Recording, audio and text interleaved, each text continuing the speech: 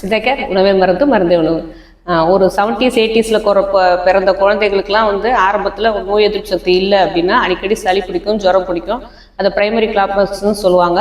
ஒரு அலோபதியில் இந்த ட்ரீட்மெண்ட் எடுத்துக்கிட்டாங்க அப்படின்னா ஒரு 1.5 வருஷம் 2 வருஷம் வந்து அந்த பிள்ளைங்களோட எதிர்ப்பு சக்தியை பொறுத்து ஆன்டிபயோட்டிக்ஸ் கொடுத்துக்கிட்டே வந்திருந்தாங்க. ஆனால் இப்போ என்ன ஆகுது அப்படின்னா இப்போ பிறக்கிற குழந்தைங்களுக்கும் அதே நோய் எதிர்ப்பு சக்தி கம்மியாக இருக்கிற குழந்தைங்க வந்து நெபுலைசர் பஃப் வரைக்கும் போயிடுது. அப்பப்போ மெடிசன் கொடுத்து அவங்களுக்கு நோய் எதிர்ப்பு சக்தி குறைஞ்சி அடுத்தடுத்த ஸ்டேஜ் மெடிசன்ஸ் போயிட்டே இருக்கு. இதே சித்த மருத்துவரோட அணுகுனீங்க அப்படின்னா பிறந்த குழந்தைதுலேருந்து நோய் எதிர்ப்பு சக்திக்கு வந்து உர மாத்திரைன்னு ஒன்று கொடுப்பாங்க. முதல் 6 மாதம் அது வந்து தாய்ப்பாலில் குழச்சி கொடுக்க சொல்லுவாங்க. அதுக்கப்புறம் ஒரே மாத்திரை வந்து அவங்க சாதாரண எதில் அவங்க உணவோட சேர்த்து குழச்சி கொடுத்துக்கிட்டே வரலாம்.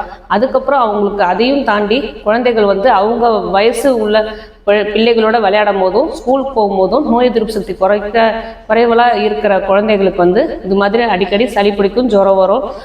பக்கத்தில் உள்ள குழந்தைகள் தும்முனாலோ இருமுனாலோ கூட உடனே இவங்க அஃபெக்ட் ஆயிடுவாங்க. இந்த மாதிரி குழந்தைகள் வந்து சித்த மருத்துவர் அணுகும் போது அவங்களுக்கு நோய் எதிர்ப்பு ஆற்றல் அதிகக்கூடிய நிறைய மருந்துகள் வந்து சித்த மருத்துவத்தில் இருக்கு. அதை தொடர்ந்து சாப்பிட்டு வந்தாலே அவங்க நோய் எதிர்ப்பு ஆற்றல் வந்து உடம்புல அதிகமாகி அவங்களுக்கு அடிக்கடி சளி ஜுரம் இல்லாமல் இருக்கும்.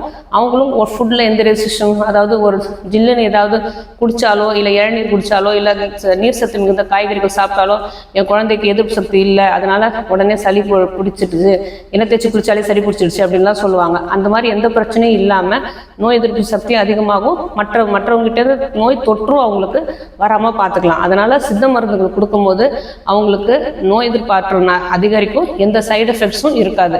குழந்தைகளையும் நம்மளால அதாவது ஹெல்த்தி ஃபுட்ஸ்னு சொல்ற நமக்கு தெரிஞ்ச நல்ல ஹெல்த்தி ஃபுட்ஸா அவங்க வளர்றதுக்கு ஏற்ற நல்ல அது பேலன்ஸ்டு டயட்டா எந்த சாப்பாடுமே ஃப்ரூட்ஸும் அவங்களுக்கு நம்ம கொடுக்க முடியும்.